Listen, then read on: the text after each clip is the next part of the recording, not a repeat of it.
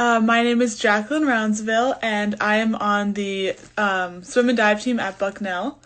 And today I'm going to be reading The Lorax by Dr. Seuss.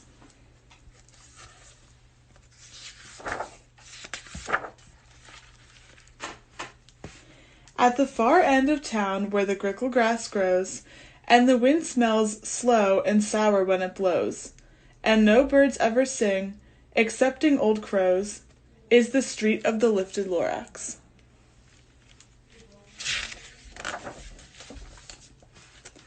And deep in the grickle grass some people say, if you look deep enough you can still see today, where the Lorax once stood, just as long as it could, before someone lifted the Lorax away. What was the Lorax, and why was it there? And why was it lifted and taken somewhere? From the far end of town where the grickle grass grows. The old Onceler still lives here. Ask him, he knows.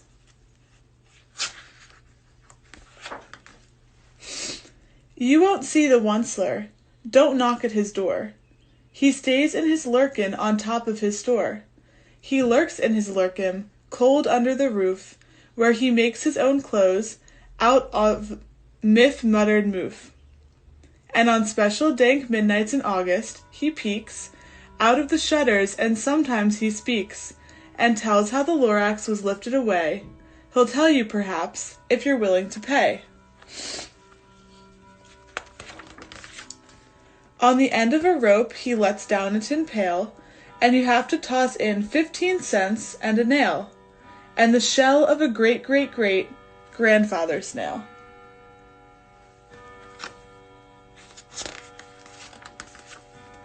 Then he pulls up the pail, makes a most careful count, to see if you've paid him the proper amount. Then he hides what you've paid him away in his snub, his secret strange hole in his groovulous glove. Then he grunts, I will call you by whisper-mophone, for the secrets I tell are for your ears alone.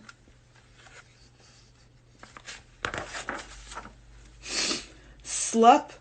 Down slups the whisper-mophone to your ear, and the old Onceler's whispers are not very clear, since they have to come down through a snargly hose, and he sounds as if he had smallish bees up his nose. Now I'll tell you, he says, with his teeth sounding gray, how the Lorax got lifted and taken away. It all started way back, such a long, long time back. Way back in the days when the grass was still green, and the pond was still wet, and the clouds were still clean, and the song of the swimmy swans rang out in space, one morning I came to this glorious place, and I first saw the trees, the truffula trees, the bright-colored tufts of the truffula trees, mile after mile in the fresh morning breeze.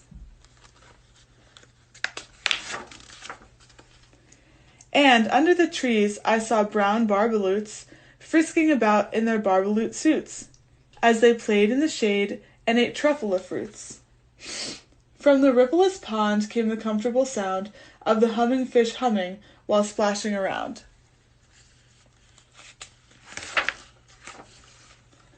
But those trees, those truffula trees, all my life I'd been searching for trees such as these. The touch of their tufts was much softer than silk, and they had the sweet smell of fresh butterfly milk. I felt a great leaping of joy in my heart. I knew just what I'd do. I unloaded my cart. In no time at all I had built a small shop. Then I chopped down a truffula tree with one chop, and with great skillful skill and with great speedy speed, I took the soft tuft, and I knitted a thneed.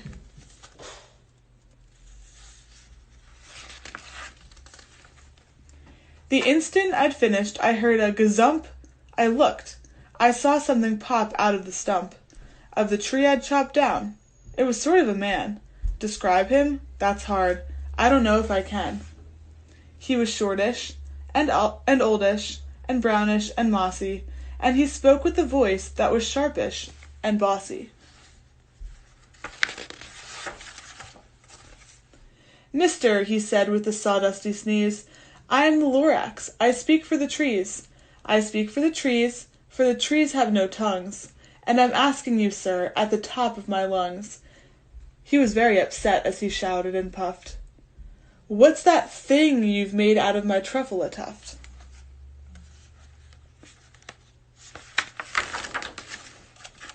"Look, Lorax," I said, "there's no cause for alarm. I chopped just one tree. I am doing no harm. I am being quite useful. This thing is a thneed. A thneed's a fine something that all people need. It's a shirt, it's a sock, it's a glove, it's a hat. But it has other uses. Yes, far beyond that. You can use it for carpets, for pillows, for sheets, or curtains or covers, for bicycle seats." The Lorax said, "Sir, you are crazy with greed. There is no one on earth who would buy that fool thneed."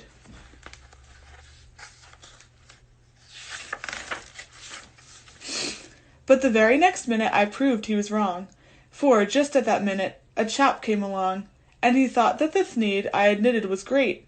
He happily bought it for $3.98. I laughed at the Lorax. "You poor stupid guy.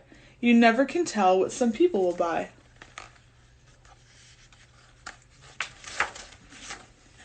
"I repeat," cried the Lorax, "I speak for the trees." "I'm busy," I told him. "Shut up, if you please." I rushed across the room and in no time at all built a radiophone. I put in a quick call.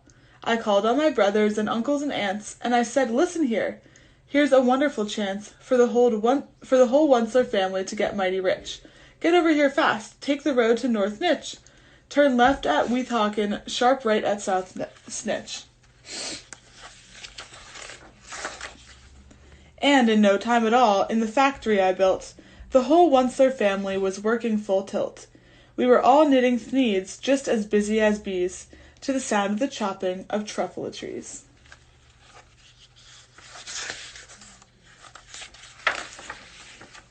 Then, oh baby, oh, how my business did grow. Now, chopping one tree at a time was too slow. So I quickly invented my super axe hacker, which whacked off 4 truffle trees at one smacker. We were making thneeds 4 times as fast as before, and that Lorax, he didn't show up anymore.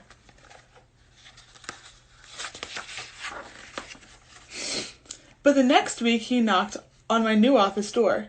He snapped, "I'm the Lorax who speaks for the trees, which you seem to be chopping as fast as you please, but I'm also in charge of the brown barbaloots, who play in the shade in their barbaloot suits, and happily lived eating truffle fruits. Now, thanks to your hacking my trees to the ground, there's not enough truffle fruit to go around, and my poor barbaloots are all getting the crummies, because they have gas and no food in their tummies."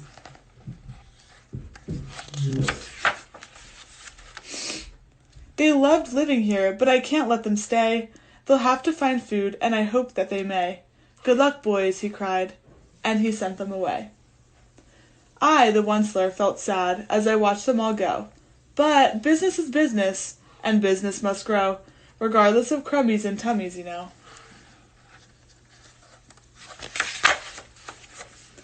I meant no harm, I most truly did not, but I had to grow bigger, so bigger I got.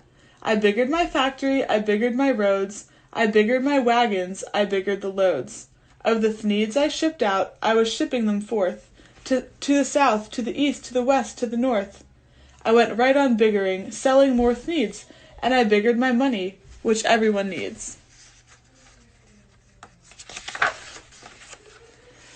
Then again he came back. I was fixing some pipes, that the old nuisance Lorax came back with more gripes. "I am the Lorax," he coughed and he whiffed. He sneezed and he snuffled, he snargled, he sniffed.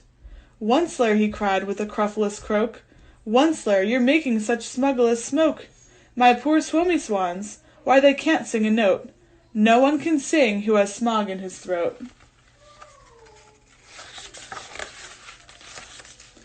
"And so," said the Lorax, "please pardon my cough. They cannot live here, so I'm sending them off. Where will they go? I don't hopefully know. They may have to fly for a month or a year to escape from the smog you've smogged up around here."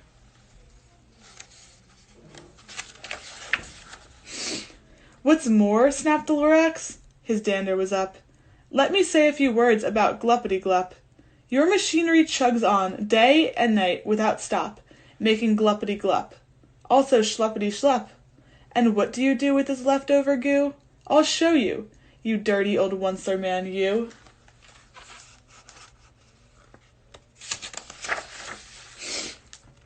You're glumping the pond where the humming-fish hummed. No more can they hum, for their gills are all gummed. So I'm sending them off. Oh, their future is dreary. They'll walk on their fins and get woefully weary, in search of some water that isn't so smeary. And then I got mad. I got terribly mad. I yelled at the Lorax, "Now listen here, Dad. All you do is yap yap and say bad, bad, bad, bad. Well, I have my rights, sir, and I'm telling you, I intend to go on doing just what I do. And for your information, you Lorax, I'm figuring on biggering, and biggering, and biggering, and biggering, turning more truffula trees into thneeds, which everyone needs." And at that very moment we heard a loud whack. From outside in the fields came a sickening smack of an axe on a tree. Then we heard the tree fall, the very last truffula tree of them all.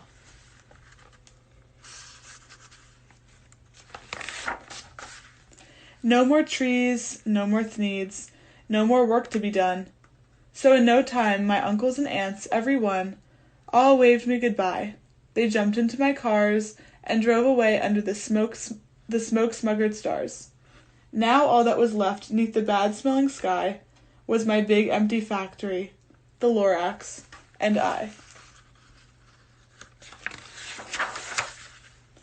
The Lorax said nothing, just gave me a glance, just gave me a very sad, sad backwards glance, and he lifted himself by the seat of his pants, and I'll never forget the grim look on his face when he hoisted himself and took leave of this place, through a hole in the smog, without leaving a trace.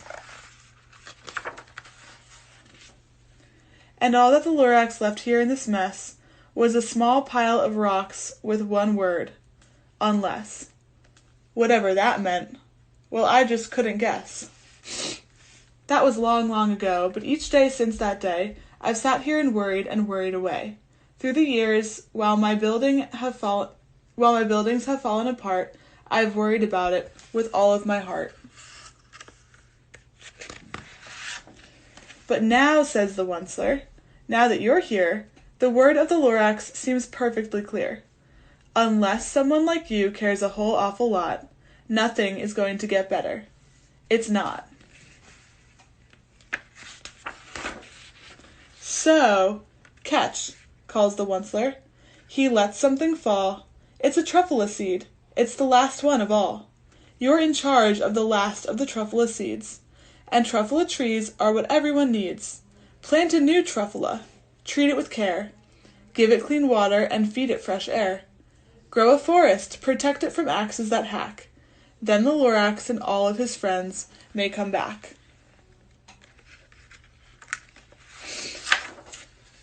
And that's the end of the story. I hope that you guys enjoyed, and I hope that you guys have a great day. Thank you so much for listening. Bye.